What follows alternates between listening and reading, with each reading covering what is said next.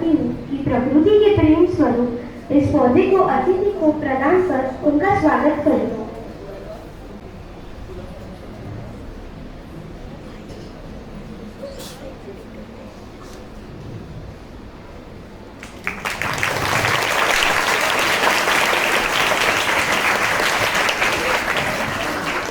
मैं वैशाली मैम से निवेदन करूंगी कि वे प्रकृति के प्रेम स्वरूप पौधे को आशा मैम को देकर प्रदान कर और उनका स्वागत करें।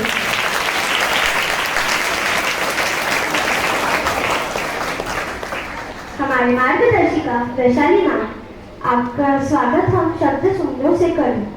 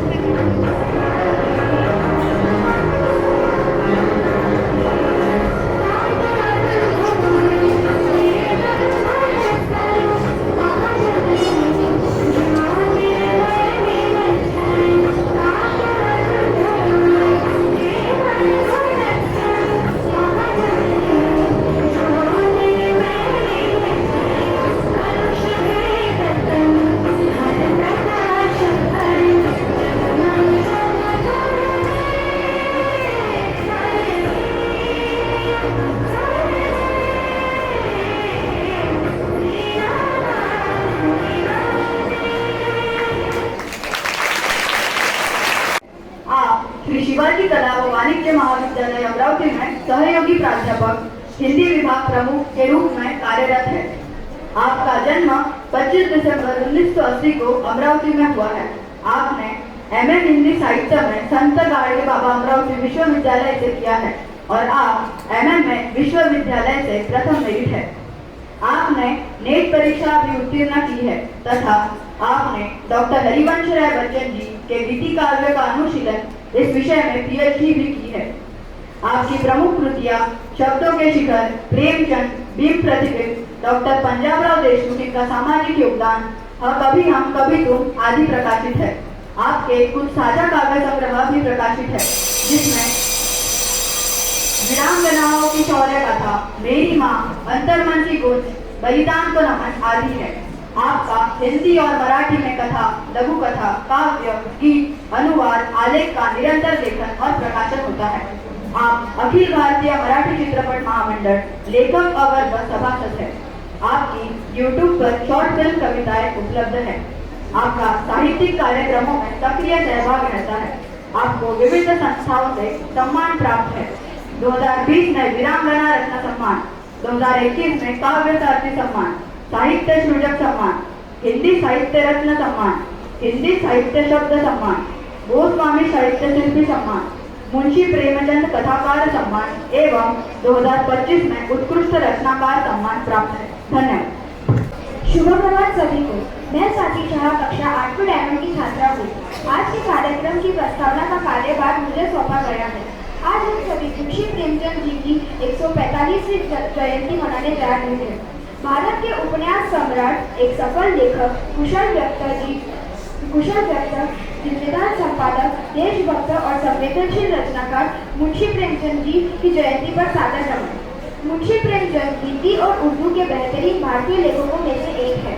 उर्दू और हिंदी साहित्य के लिए उन्होंने अपना पूरा जीवन समर्पित कर दिया। कमल के सिपाही कहलाए जाने वाले प्रेमचंद जमीन से जुड़े हुए कथाकार और उपन्यासकार थे। वे कहते हैं, आत्मसम्मान की रक्षा हमारा सबसे पहला और धर्म और अधिकार है। मुंशी प्रेमचंद जी ने अनेकों उपन्यास लिखे, जिनमें मुख्य गोदान, रंगभूमि, कर्मभूमि, निर्मला, मंगलसूत्र आदि है। मंगलसूत्र इस उपन्यास को वे पूर्ण न कर पाए।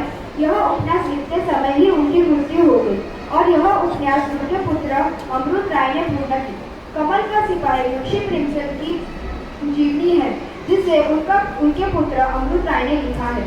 मुंशी प्रेमचंद जी ने 350 से भी ज्यादा कहानियां लिखी है, जो अनेक कहानियां संग्रह मानसरोवर के 8 भागों में विभक्त है। उनमें से ही कुछ कहानियों पर आज आपके सामने एक लघु नाटिका के रूप में प्रस्तुत करेंगे कक्षा 6वीं, 7वीं और 8वीं के छात्र छात्रा। धन्यवाद। आपके सामने प्रेमचंद जी द्वारा लिखित एक कविता प्रस्तुत करना चाहूँगी। ले चलो मुझे उस गांव में जहाँ अभी भी सच्चाई बसती है, जहाँ झोपड़ियों में भी मुस्कान है और मिट्टियों में भी खुशबू हंसती है। यहाँ न करीब का बाजार है, न चेहरों पर नकाब की दरकार है, जहाँ लोग थककर भी मुस्कुराते हैं और भूख में भी रिश्ते निभाते हैं। जहाँ शामें चूल्हे की बातों में बीतती है और सुबह बैलों की घंटियों में जगती है। जहाँ किताब नहीं जिंदगी पढ़ाई जाती है और सब बच्चों की आंखों में सच्चाई झलकती है। ले चलो मुझे उस गांव में जहाँ प्रेमचंद जी की कहानियाँ आज भी जीवित है, जहाँ होरी, धनिया, जुगनू जैसे पात्र किसी न किसी आंगन में बैठे हैं चुपचाप। ले चलो मुझे उस धरती पर जहाँ खेतों की हरियाली जीवन देती है, जहाँ ईमानदारी अभी भी मजबूरी नहीं बल्कि एक पहचान होती है। ले चलो मुझे उस गांव में जहाँ अब भी इंसान होते हैं। धन्यवाद। घर में उत्सव का माहौल है। राम व रूपा के बेटे का तिलक है। सभी खुश है, लेकिन बूढ़ी दादी अपने कोठरी में बैठी है। जीवास्वाद के सिवा और कोई चेष्टा शेष नहीं, न अपने कष्टों की ओर आकर्षित करने का रोने के अतिरिक्त कोई दूसरा सहारा है। समस्त इंद्रियां, नेत्र, हाथ और पैर जवाब दे चुके। बूढ़ी काकी अपनी कोठरी में उदास बैठी है। हाय, कब मिलेगा मुझे भोजन? सब लोग वहाँ खा रहे हैं और मैं यहाँ भूखी बैठी हूँ। क्यों ना मैं वहाँ जाऊँ जहाँ भोजन परोसा जा रहा है? हाँ ठीक है, जाती हूँ। बूढ़ी काकी रेंगते रेंगते वहाँ जाती है। काकी, यहाँ क्या कर रही हो? खाना बेटी, खाना। हे भगवान, यहाँ पे खाना बना नहीं, मेहमानों को खाना दिया नहीं और सबसे पहले तुम्हें आना वाला। चल यहाँ से चल। रूपा हाथ से घसीटते हुए बूढ़ी काकी को उसे कमरे में छोड़ आई। ठीक ये तो कह रही है रूपा, मेहमानों से पहले मैं कैसे खा सकती हूँ? अब जब तक मुझे बुलाया नहीं जाएगा मैं नहीं जाऊंगी। काकी लेट जाती है। थोड़ी देर बाद बूढ़ी काकी सोकर उठती है। अरे अभी तक तो मेहमान खाकर चले गए होंगे, मुझे बुलाया नहीं। शायद सोच रहे होंगे ये कोई मेहमान थोड़ी है जिसे बुलाया जाए, फिर भी आ जाएगी। काकी रेंगते रेंगते फिर वही जाती है जहाँ भोजन परोसा जाता है। अरे मेहमानों ने अभी तक खाना नहीं खाया। अरे कौन है ये बुढ़िया? देखो किसी को छू ना ले। खुदीराम यह सब देखकर क्रोधित हो जाता है। वहाँ से बूढ़ी काकी को घसीटते हुए ले जाकर उसे उसकी कोठरी में पटक देता है। काकी समझ नहीं आता तुझे, पड़े रहे यहाँ पे। यह सब रूपा की बेटी लाडली देखती है और मन ही मन उसे काकी पर करुणा आती है। आधी रात का समय लाडली अपनी माँ के पास से उठती है और जो गुड़िया उसने काकी के लिए बचाकर रखी थी वह काकी के पास लेकर जाती है। काकी उठो, मैं आपके लिए पूजा लाई हूँ, इसे खा लो। काकी लाडली की आवाज पहचान लेती है, वह उठ बैठती है। रूपा ने देखा लाडली? नहीं नहीं, मैं अपने हिस्से का बचाकर लाई हूँ। काकी लाडली के सिर पर हाथ फेरती है और गुड़िया जल्दी से चट कर जाती है, लेकिन उसकी भूख समाप्त नहीं होती। लाडली मुझे वहाँ ले चलो, मेहमान भोजन कर रहे थे। लाडली बूढ़ी काकी को वहाँ ले जाती है।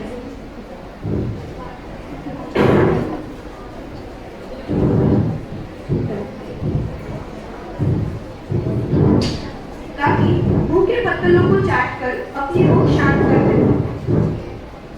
अचानक वहाँ रूपा आ जाती है। वह यह सब देखकर रूपा करुणामय हो जाती है। हे भगवान, इसका अपना भागीदार कौन है? जिस काकी के संपत्ति से हमें 200 रुपए की आय होती है, उसे हम खाना खिला भी नहीं सकते। मुझे माफ कर दो काकी, चलो मैं तुम्हें अच्छा भोजन करवाती।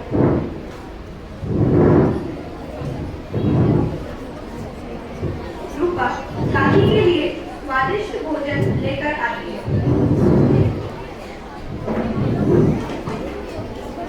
काकी बड़े चाव से भोजन करती हुई पास में रूपा और लाडली की आंखों में करुणा के हाथ। अंत में मुंशी प्रेमचंद द्वारा लिखित बूढ़ी काकी कहानी हमें शिक्षा देती है कि हमें सदैव अपने बुजुर्गों का सम्मान करना चाहिए। एक न एक दिन हम भी इसी अवस्था में आएंगे, तब हमें भी वही तकलीफें होंगी जो बूढ़ी काकी को हो रही है। ऐसे में हमसे कोई दुर्व्यवहार करेगा तो हमारे ऊपर क्या गुजरेगी। धन्यवाद। आज कक्षा 7वीं के विद्यार्थी आपके सामने एक नाटक प्रस्तुत करने जा रहे हैं। नाटक का नाम है नमक का दारुआ। यह कहानी है ईमानदार नौजवान अफसर मुंशी बंशीधर की, जो रिश्वत नहीं लेते। उस दौर में जब नमक बलकर था और तस्करी आम बात थी, तब भी बंशीधर ने सच्चाई का रास्ता नहीं छोड़ा। आइए देखें क्या होता है जब ईमानदारी और भ्रष्टाचार आमने सामने खड़े होते हैं।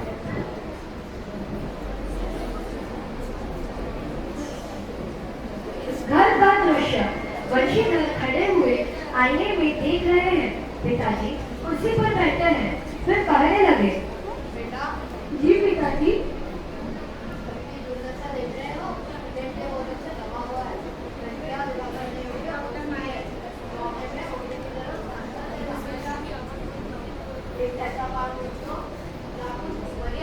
जी पिताजी। कौन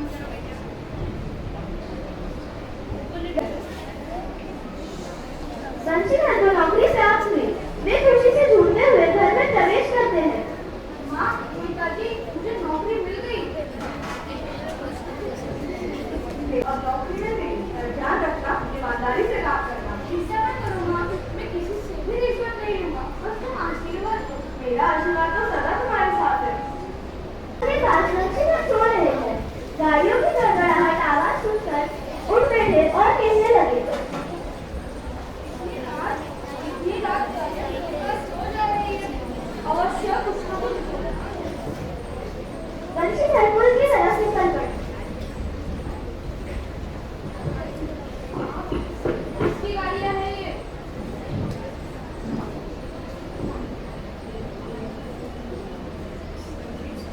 पंडित अलवती जी। कौन अलवती? जमींदार। अच्छा, तो ये गाड़ियाँ कहाँ जाएगी? कानपुर। क्या है इन गाड़ियों में?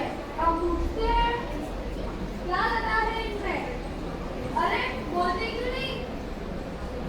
बंशीधर घोड़ों की पकड़ने लगा। अरे नमक के ढेले हैं।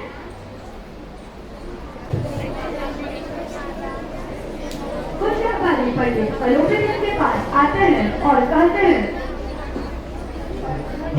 कि आपको ढूंढने के लिए कमाते हैं। पंडित अलौकिक वंशीधर जी के पास चले आते हैं। बाबूजी, आशीर्वाद करिए। हमसे ऐसा कौन सा अपराध हो गया, हमारी गाड़ी रोक दी गई? सरकारी हुक्म है। हाँ, हम सरकारी हुक्म नहीं जानते और न सरकार को। हमारे सरकार तो आप ही है। हम कभी आपसे बाहर हो सकते हैं भला? ऐसा हो सकता है कि हम इधर से जाए और फिर न चढ़ाए? हम वो नहीं, हम कौड़ियों पर अपना ईमान बेचते हैं। आप अभी हिरासत में हैं। आपका कायदे के अनुसार चालान होगा। बाकी अधिक बातों के लिए मुझे फुर्सत नहीं। ऐसा मत कीजिए, हमारी इज्जत मिट्टी में मिल जाएगी। ये लीजिए 25,000 रुपए। शर्म नहीं आती? कानून तोड़ते हो और ऊपर से रिश्वत देते हो। समाधान में तुम गिरफ्तार करो इसे। ऐसा मत कीजिए। अलौकिक मूर्छित होकर गिर पड़े। आते हैं, जज फैसला सुनाना शुरू करते हैं। पंडित अलौकिक के विरुद्ध दिए गए प्रमाण निराधार है। वे बड़े व्यापारी हैं। थोड़े से खिलाफ के लिए वे ऐसा काम नहीं करेंगे। मुंशी की हिंसा के कारण उन्हें कष्ट झेलने पड़े। आप भविष्य में उन्हें सतर्क रहना चाहिए। कबूल है। ऐसा मत कहिए दरोगा जी, मैं स्वयं इच्छा से आपकी हिरासत में आया हूँ। मैंने हजारों रईस देखे, हजारों उनसे पदाधिकारियों से मेरा कार्ड पड़ा, लेकिन मुझे परास्त किया आपने। ये तो आपकी उदारता है। मुझे क्षमा कीजिए, मैं धन की बेड़ी में जकड़ा हुआ था। आपकी आज्ञा मेरे सिर माथे पर। इस पत्र स्वीकार कीजिए और हस्ताक्षर कीजिए। इसलिए मैं योग्य हूँ। इस समय मुझे अयोग्य व्यक्ति की ही जरूरत है। ना मुझे विद्वत्ता की चाह है, ना कार्यकुशलता की और ना अनुभव की। अब सौभाग्य से मुझे वह मोती मिला है जिसके सामने योग्यता और विद्वत्ता की चमक भी फीकी पड़ जाती है। वंशीधर की आंखें टपटपा आई। एक बार फिर पंडित जी की तरफ भक्ति और श्रद्धा की दृष्टि से देखा। कांपते हुए हाथ से मैंने श्री के कागज पर हस्ताक्षर कर दिए। अलौकिक ने उन्हें गले लगा लिया। कहानी से शिक्षा। क्या आपको पता है आज हम यहाँ क्यों मिले हैं? जी हाँ, आज हिंदी साहित्य में महान लेखक प्रेमचंद जी की जयंती है और उन्हीं पे आधारित कक्षा 6वीं के छात्र एक नाटक पेश कर रहे हैं। लेकिन उससे पहले मैं मेरे मित्र युवान को प्रेमचंद जी के बारे में जानकारी देने के लिए आमंत्रित करता हूँ। प्रेमचंद जी हिंदी साहित्य के वो सितारे जिन्होंने समाज के क्षेत्र को अपने कलम से उजागर किया है और प्रेमचंद जी ने कवि खुशरो और दलितों के आवाज़ों को अपने शब्दों में बुलंद किया है और आज उन्हीं की कलम से लिखी नॉवल सच्ची कहानी को प्रस्तुत करने वाले हैं। अब मिलते हैं इस कहानी के पात्रों से। पहली पात्र गंगी, एक दलित महिला। जोखू, गंगी का पति। ठाकुर, गांव का सामंत और दूसरी ऊंची जात का व्यक्ति। ठाकुर की घर की 3 औरतें, 2-3 बेफिक्रे। देवता, कल्पना का आवाज। अब चलते हैं उस पर्टिकुलर भूखे वाले गाँव में जहाँ एक व्यक्ति में एक इंसान बीमार पड़ा है और उसके बाद उसकी बेटी पत्नी गंगी और उसकी पत्नी सास बड़ा निर्णय लेती है। गाँव के उस कोने में एक की बीमार पड़ा है जो और उसके बाद बेटी उसकी पत्नी गंगी और चिंता साफ पाई।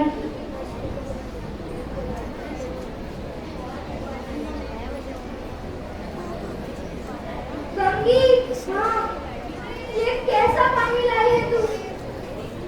हमारे बदबू के पिया भी नहीं जाता। जरूर कोई ताकत कोई नहीं जिससे मैं प्यार होगा। तो तू ऐसा पानी लाई ही क्यों? हमारे प्यास की जान निकली जा रही है।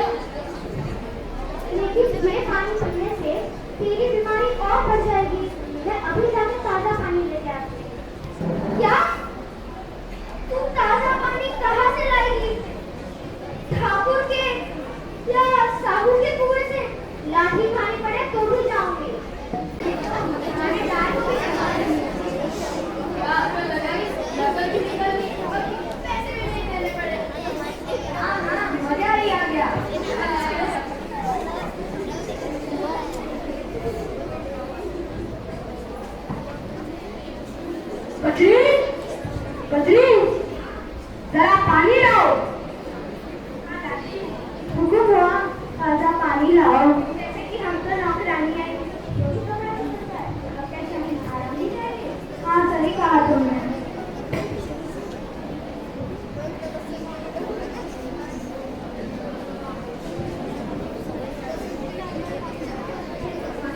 मदद करना, बस एक लोटा पानी।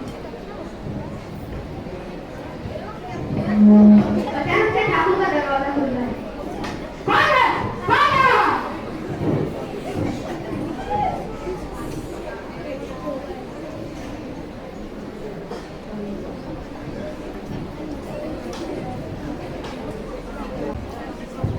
अरे रुको, तुमने पानी पी लिया।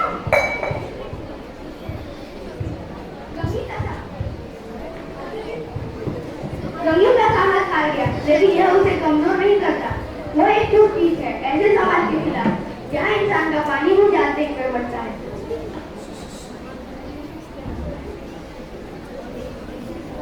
धन्यवाद सभी छात्रों को अपनी कला कुशलता बहुत संवेदनशील शैली में प्रस्तुति करने के लिए।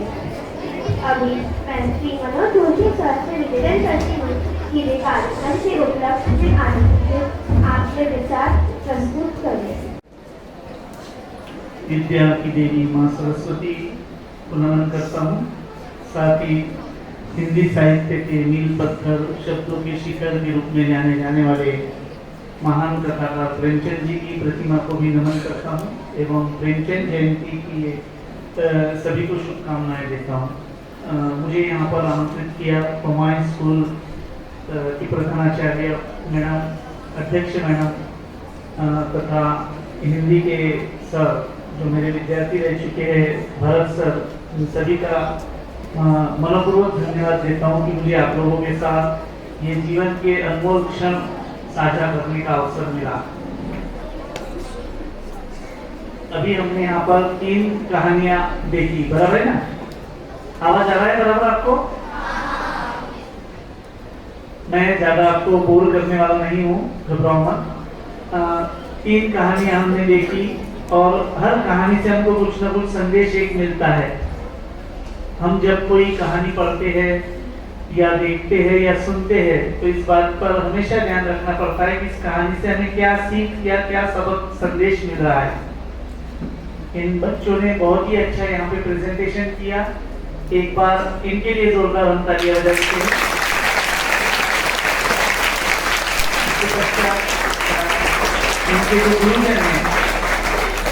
इनके जो गुरुजन हैं, क्योंकि कहानी लिखना अलग बात है और उसे मंचन पर प्रेजेंट करना अलग बात है ना। जैसे हम खाना बहुत अच्छा बनाते हैं लेकिन उसको थाली में परोसते भी अच्छा प्रेजेंट भी करते हैं ना, डिश डेकोरेशन वो भी जैसे अच्छी होनी चाहिए। वैसे यहाँ पे जो कथा को प्रेजेंट किया कि क्या उसमें से इम्पोर्टेंट है, क्या संदेश देना है, यह भी एक बहुत ही बुद्धिमान व्यक्ति की और कल्पक व्यक्ति की सोच का नतीजा है, बराबर है। नहीं तो हम कोई सोच सकते हैं कि कुआं ऐसा भी बन सकता है, कितना अच्छा कुआं बनाया उन बच्चों ने।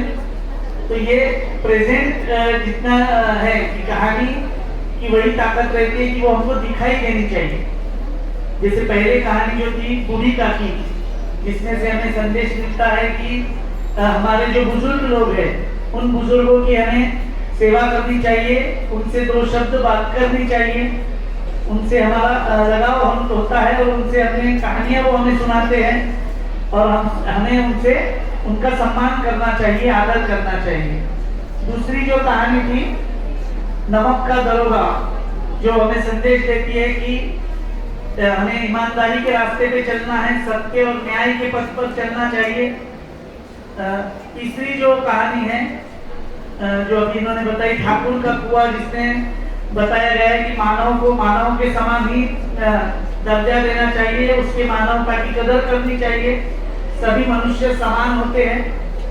और यह संदेश हर कहानियों में, प्रेमचंद जी ने लगभग 300 से ज्यादा कहानियां लिखी है, 12 उपन्यास लिखे हैं और हर कहानी में हमें कुछ न कुछ संदेश मिलता है। और जानवरों पर भी कई कहानियां हैं उनकी, जैसे 2 बैलों की कथा वगैरह। और मानव मन में जो चलता है कि हमारे अभी यहाँ पर सभी बच्चे बैठे हैं लेकिन किसी का ध्यान यहाँ पर है, किसी का नहीं है, कोई कुछ और सोच रहा है, कोई सोच रहा है कि ये सर कितनी देर तक और भाषण देंगे, कब हमको छुट्टी मिलेगी, बराबर है ना। तो ये सब जो हमारे मन में जो सोच चलती रहती है उसको भी ढूंढ कर खोज कर लिखने वाले कथाकार मुंशी प्रेमचंद है, जिनका जन्म 21 जुलाई 1880 को बनारस के पास एक गांव है लमही, वहां पर हुआ था। और बचपन से ही वो उनको जो उनकी माता का देहांत हो गया बचपन में ही, और उनके पिता ने सौतेली माँ से उनको कुछ अच्छा प्रेम स्नेह नहीं मिला, जिसको साहित्य में विमाता बोला गया है। और उनके बाद पिता की भी मृत्यु हो गई और 14 वर्ष की आयु से ही उनके कंधों पर पूरी जिम्मेदारी का बोझ आया। कहानियां लिखने की उन्होंने शुरुआत की, सरकारी स्कूल में उन्होंने फिर ट्यूशन पढ़ाना शुरू किया, सरकारी स्कूल में नौकरी की। लेकिन उस समय गांधी जी की विचारधारा से प्रभावित हुए और गांधी जी का आंदोलन चल रहा था, असहयोग आंदोलन, उससे प्रेरित होकर फिर उन्होंने सरकारी स्कूल जो तत्कालीन अंग्रेजों की स्कूल थी उससे उन्होंने इस्तीफा दे दिया और वो स्वतंत्र रूप से लिखने लगे।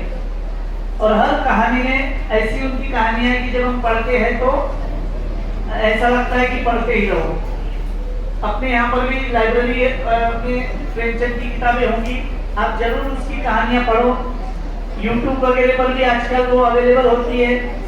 जैसे ये जो कहानी आपने मंचन की, ये भी आप अपने स्कूल के कोई ग्रुप में या यूट्यूब पर आप उसको भी भेज सकते हैं ताकि हम उसको सीख सकते हैं। और सीखना जीवन में हमारे जो सीख है, ये सीखने की प्रवृत्ति हमारी हर समय चलती रहती है। जैसे अभी आप स्कूल में आए हैं, आपको स्टडी करना जरूरी है, पढ़ाई करोगे तो आपको अच्छे मार्क्स मिलते हैं, बराबर ना। जीवन में भी हमारी पढ़ाई शुरू होती है, क्योंकि यहाँ पर आपको पहले पढ़ाया जाता है और फिर परीक्षा ली जाती है। लेकिन जीवन की पाठशाला में हमको पहले परीक्षा देनी पड़ती है और फिर अपने को सबक मिलता है। तो इसलिए जीवन की पढ़ाई के लिए भी कुछ अपने पास नोट्स होने जरूरी है ना।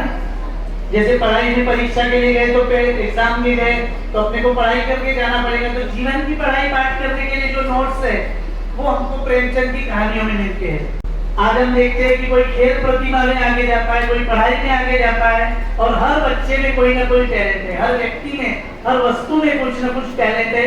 सिर्फ वो हमें सीखना चाहिए, समझना चाहिए, वो ऑब्जर्वेशन हमारा जरूरी है। ये जो कथाकार क्यों आज इतने 145 साल बाद भी हम क्यों इनको याद कर रहे हैं, क्यों इनकी कहानियां पढ़ रहे हैं, पढ़ा रहे हैं और उसको प्रेजेंट कर रहे हैं, क्योंकि उन्होंने ऐसा लिखकर वो गए हैं कि जो उस समय जितना इम्पोर्टेंस था, जितना महत्वपूर्ण था, उतना आज भी है और आने वाले कल में भी रहने वाला है, क्योंकि ये जीवन मूल्य है।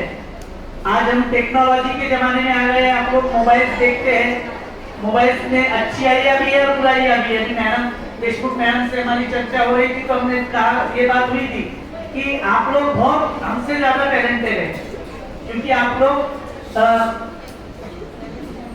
टेक्नोलॉजी के साथ है। आप लोगों को वो सब बातें अब आप सीख रहे हैं जो कभी कल्पना में भी किसी ने सोचा नहीं होगा, बराबर है ना। लेकिन आप लोग सीखकर उसका उपयोग कैसा करते हैं, उसको जीवन में कैसे उतारते हैं, ये इम्पोर्टेंट है। कोई भी चीज, कोई भी कला को जब हम किसी के सदुपयोग के लिए, अच्छे कामों के लिए लगाएंगे तो उससे हमको क्या मिलेगा, उससे हमको फायदा ही मिलेगा। और वो फायदा हमारा अनंत काल तक, मतलब वो टिकाऊ चीज रहेगी। और किसी गलत यूज के लिए अगर हम उस टेक्नोलॉजी का उपयोग करेंगे तो उसको में हमारा भी विनाश होगा और हम कोई अच्छा काम उसमें नहीं कर पाएंगे। तो हम इसमें से भी, जैसे हम जब कहानियां पढ़ रहे हैं तब आप उसको देखने की कोशिश आपको करनी है, क्योंकि हर एक के पास, हर एक का IQ लेवल अलग अलग है। मैं यहाँ पर बोल रहा हूँ और आप लोग सुन रहे हैं, लेकिन समझ रहे हैं इसकी कोई गारंटी नहीं है। लेकिन फिर भी आप लोग सुन रहे हैं कि और समझने के हमारे जो जो पैरामीटर्स है वो हम उस हिसाब से समझते हैं। कक्षा में भारत सर सभी को एक जैसा पढ़ाते हैं, बराबर है, लेकिन उसमें से किसी को अच्छे मार्क्स मिलेंगे, किसी को कम मार्क्स मिलेंगे। तो इसके लिए भारत सर ने किसी को अलग पढ़ाया, दूसरे को अलग पढ़ाया, ऐसा है क्या? नहीं, उन्होंने सबको एक जैसा पढ़ाया है, लेकिन हमने उसको कैसा ग्रहण किया, हमारी ग्रास्पिंग पावर कैसी है, इस पर वो डिपेंड करता है। क्योंकि उस समय हम मन और मस्तिष्क से वहीं पर बैठे थे, समझ रहे थे। इसके बारे में हमको देखना है, वरना आज हम हर कोई किसी न किसी टेंशन परेशानी है, बराबर है ना। छोटे बच्चे से लेके बूढ़े तक हर एक को कोई ना कोई टेंशन है। कोई ऐसा है क्या कि किसी को कोई टेंशन नहीं है? हाँ, तो उसको भी इस बात का टेंशन होगा कि मुझे ही कोई टेंशन क्यों नहीं है, क्योंकि हम हमेशा दूसरे से अपनी तुलना करते रहते हैं, कंपटीशन का भाव रखते हैं। प्रेमचंद जी ने अपनी कहानियों से संदेश दिया है कि कंपटीशन होनी चाहिए, पर वो किससे होनी चाहिए? अपने आप से होनी चाहिए कि मैं और कितना अच्छा हमारा कार्य कर सकता हूँ। अभी जिन्होंने यहाँ पर अभिनय किया है वो लोग और अच्छी तरह से किस तरह उसको लाएंगे, ये भी अपने को देखना पड़ता है ना। जैसे वो बच्चा एक बीमार का रोल कर रहा था, तो उसने ये सोचा कि भाई मेरे हाथ भी कांपने चाहिए, तो उसका ग्लास भी कंटिन्यू हिलता रहा ना। ये छोटी छोटी बातों का भी हमको ध्यान रखना पड़ेगा, क्योंकि हमारा माइंड ऐसे माइंड की भी घंटी बजती रहती है। जब अपने को समझ में आ गया तो हमारा माइंड ना तो हिंदी भाषा समझता है ना अंग्रेजी समझता है। हमारे माइंड को कोई भाषा समझ में नहीं आती। हमारा माइंड सिर्फ चित्र भाषा समझता है, इमेज हम जल्दी कैप्चर कर लेते हैं। इसलिए आपको ये कहानियां पढ़ने पर जितनी समझ में नहीं आएगी, उतनी आपको ये देखने पर समझ में आ गई कि वो बूढ़ी कार्की की स्थिति क्या है, या वो नमक का दरोगा कैसा है, या वो ठाकुर कैसा है। ये पढ़ने पर उससे ज्यादा हम देखने में जल्दी समझ लेते हैं। तो प्रेमचंद जी की कहानियों में हमको ये सब बातें दिखाई देती है। उनकी कहानियां मानसरोवर नाम के ग्रंथ में 8 खंडों में प्रकाशित हुई है, और हर कहानी में एक संदेश उन्होंने दिया है, कुछ सुविचार दिए हैं, कुछ सुक्तियां दी है। तो मैं भी जब पढ़ता था, जब कॉलेज में पढ़ता था, तो प्रेमचंद के नॉवेल्स वगैरह हमको पढ़ाई में थे, और उन नॉवेल्स में से मैंने जो सुविचार है उनको अलग से लिख कर रखा था। तो उसकी मैंने एक पुस्तक पब्लिश की थी, शब्दों के शिखर प्रेमचंद नाम की। मैं मैडम को वो पुस्तक भी भेज दूंगा, और इस पुस्तक के वो सुविचार मैंने कलेक्ट किए थे। उसमें के कुछ सुविचार मैं यहाँ पर आपको पढ़ के सुनाऊंगा, और ये पुस्तक गूगल पर भी वो अवेलेबल है।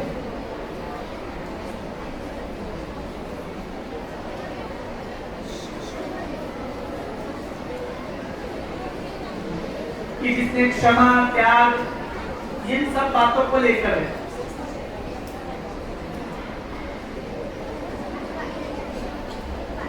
किसी कठिन कार्य में सफल हो जाना आत्मविश्वास के लिए संजीवनी के समान है,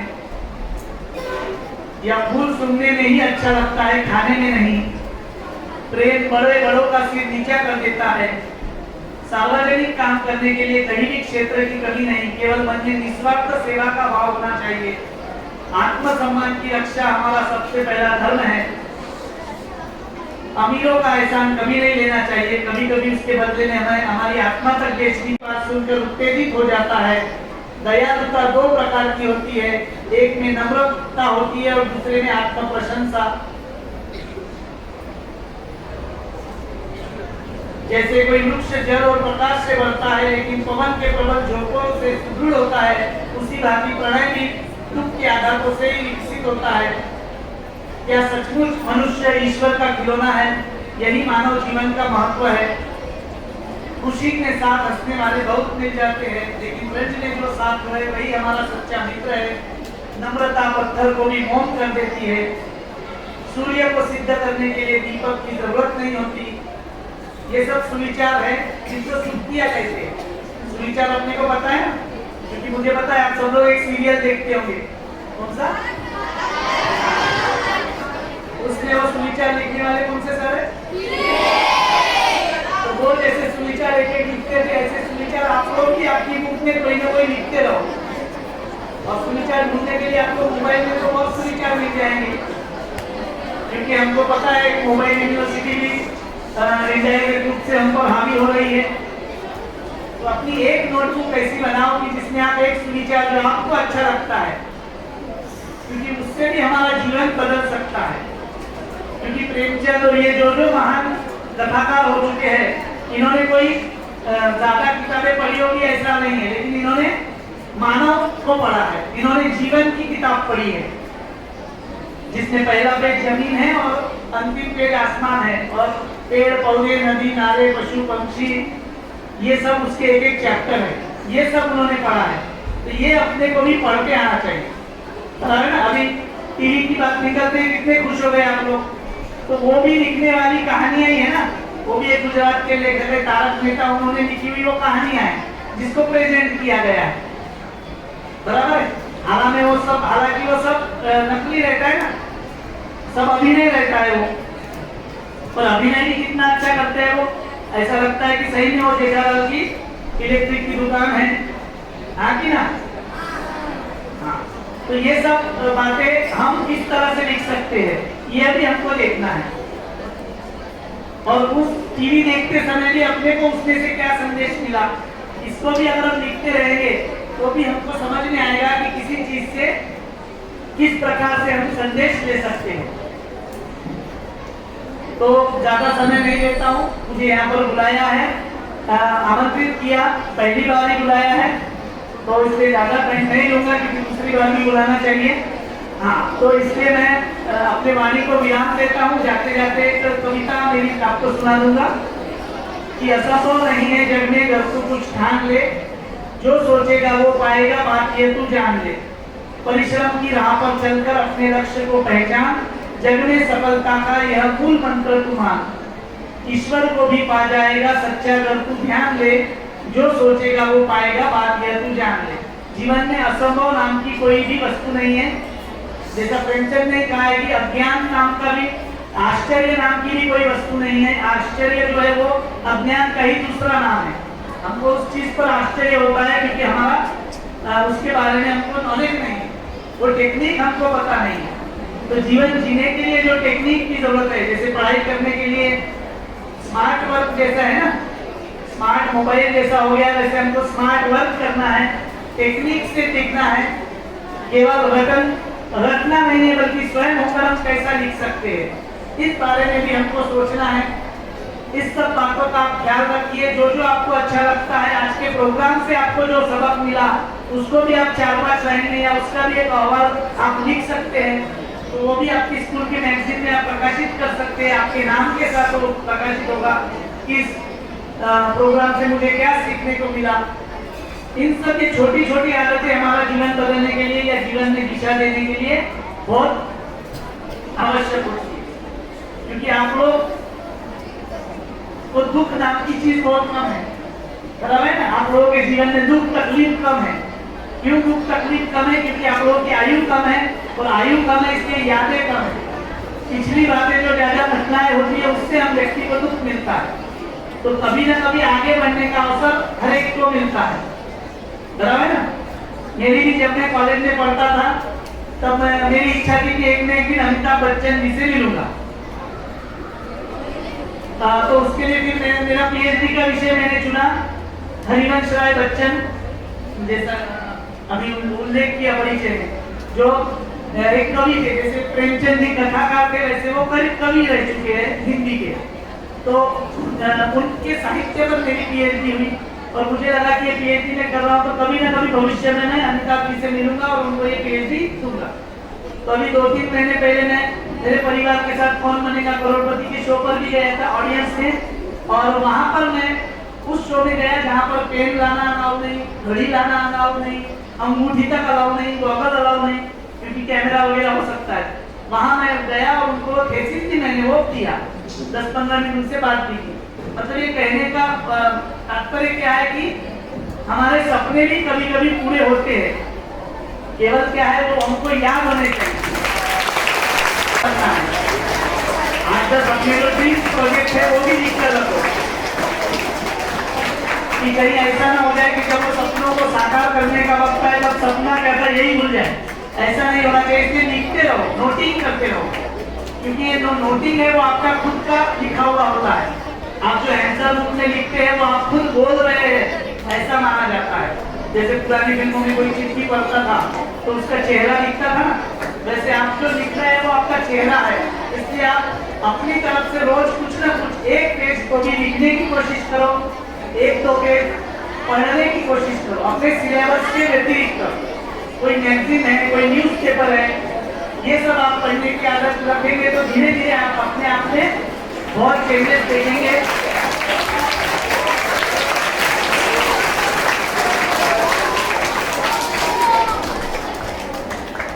ठीक है, प्रेमचंद का साहित्य हमको यही समझ देता है जैसी समझ मुझे मिल रही आपकी दूसरी ताली का मतलब। तो इसलिए मैं अपनी बात को रोकता हूँ।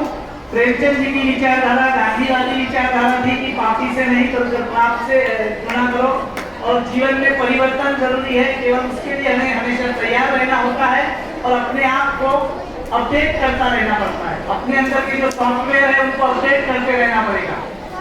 जो अपने अच्छाइयाँ है, जो अपने टैलेंट है, उसको आप अच्छा आगे बढ़ते रहो। आपको दिशा देने के लिए मार्गदर्शक के रूप में आपके गुरुजन हमेशा तैयार है। इनका मान सम्मान करो और इसी तरह से खेलते रहो। देता हूँ और अपने शब्दों को विराम देता हूँ। मैडम से अनुरोध करता हूँ कि वो यहाँ पर आए ताकि मैं उनको ये पुस्तक भेज दे सर को। धन्यवाद। हमारे पंडित तुलसी जी पूरी तरह पकती है और चमकने लगती है। धन्यवाद सर। अभी मैं आदरणीय आशावाणी से निवेदन करूँ कि अपने अनमोल विचार इस मंच पर प्रस्तुत करें।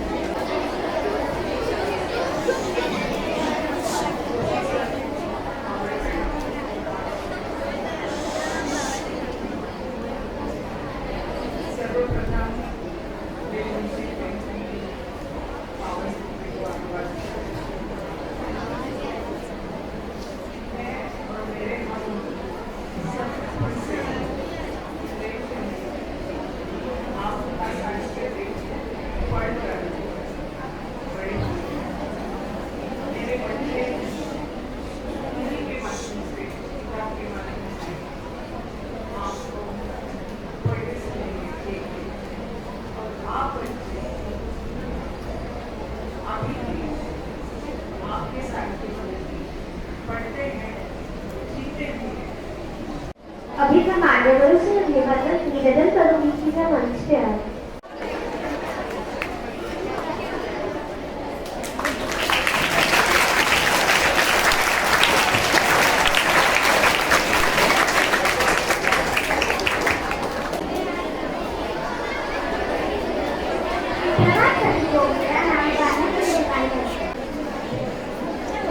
मान्यवर एवं उपस्थित सभी अतिथियों को मेरा सादर प्रणाम।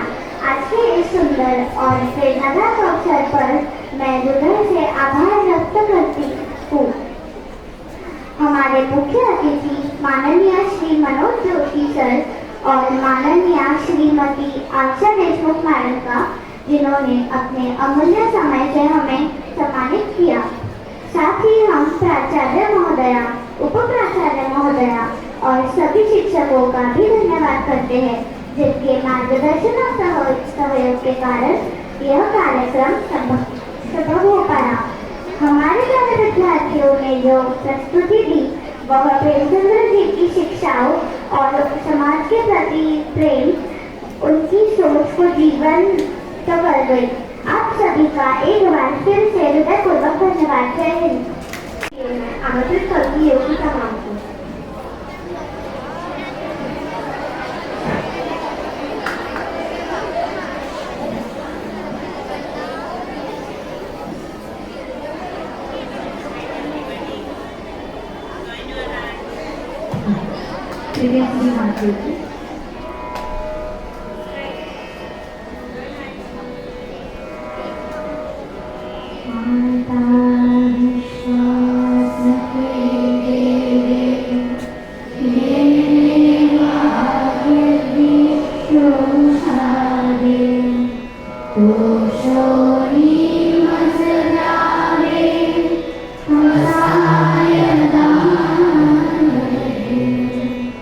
जी